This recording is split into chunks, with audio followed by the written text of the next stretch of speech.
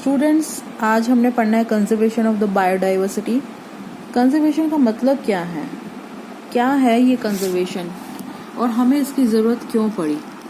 तो कंजर्वेशन का मतलब क्या है कि एक मैनेजमेंट है, the management of the man's use of a biosphere in such a way that the maximum benefits the maximum benefits accrues from it to the present generation while maintaining its potential to meet the requirement of a future generation। कि सबसे ज़्यादा हम क्या कर सकते हैं कि maximum benefit ले लें आज की जनरेशन, और उसके बाद जो नेक्स्ट जनरेशन आएगी उसके पास भी पूरी ताकत हो उस चीज़ को यूज़ करने के लिए। इन शॉर्ट क्या होगा कि एक टेक्निक है जिससे मैक्सिमम एडवांटेजेस ले सकते हैं हम बायोस्फीयर से, कि उसको ज़्यादा से ज़्यादा गेन करो, तो उसको हम बोलते हैं कंजर्वेशन। और वाइल्ड लाइफ कंजर्वेशन है, यानी कि बायोडाइवर्सिटी कंजर्वेशन है ये, इसलिए हम उसको बोलते हैं conservation of the biodiversity.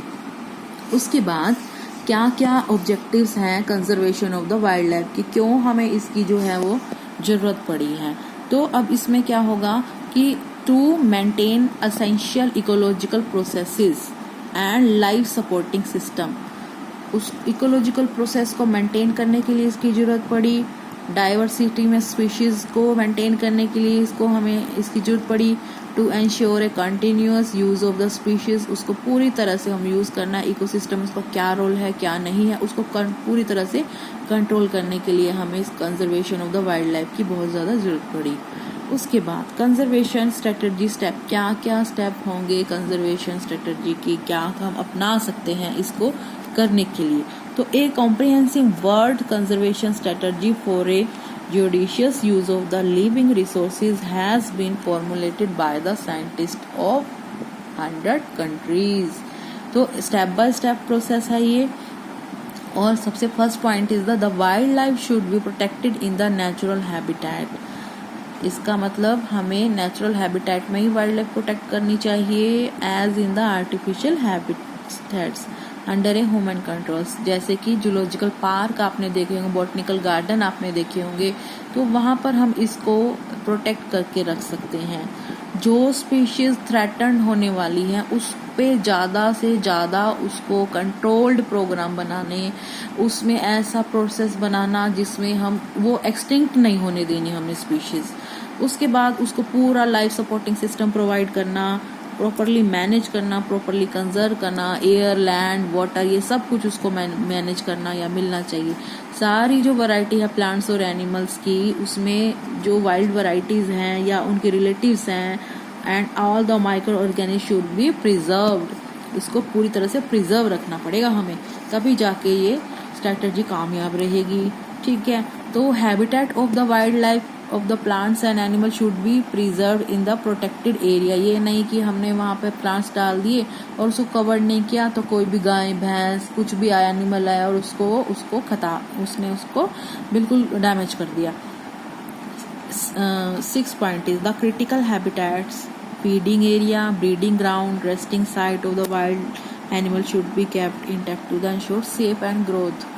Safe zone में रखना है, उसकी मल्टीप्लिकेशन भी होनी जरूरी है।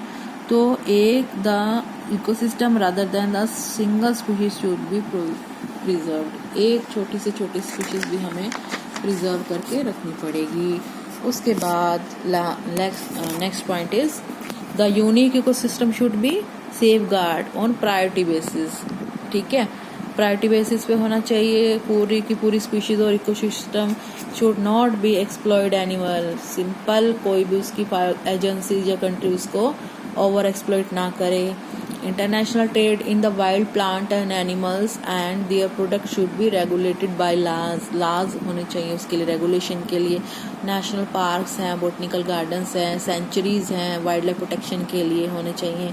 ठीक है, बढ़ने चाहिए, वो घटने नहीं चाहिए। हंटिंग जो है वो तो रेगुलेटेड है ही, बैंड है, तो जिस पर्सन को लाइसेंस मिला हुआ है तो वो ही शूट आउट कर सके किसी भी एनिमल को, कोई भी ना हो सके। पीछे सलमान खान वाला भी केस हुआ था जिसके अंदर उसको इस बारे में जो है वो जेल भी हुई। तो people should be educated about the need of the wild life. हमें इसकी ज़रूरत क्यों है, हम उसको कंजर्व करके क्यों रखें। उनको ज़्यादा से ज़्यादा अवेयरनेस प्रोग्राम जो है वो चलाने चाहिए। बच्चों को इंस्पायर करना चाहिए कि वो एनिमल से लव करें, उनको मारें ना, उनको किसी तरह का नुकसान ना पहुँचाएं।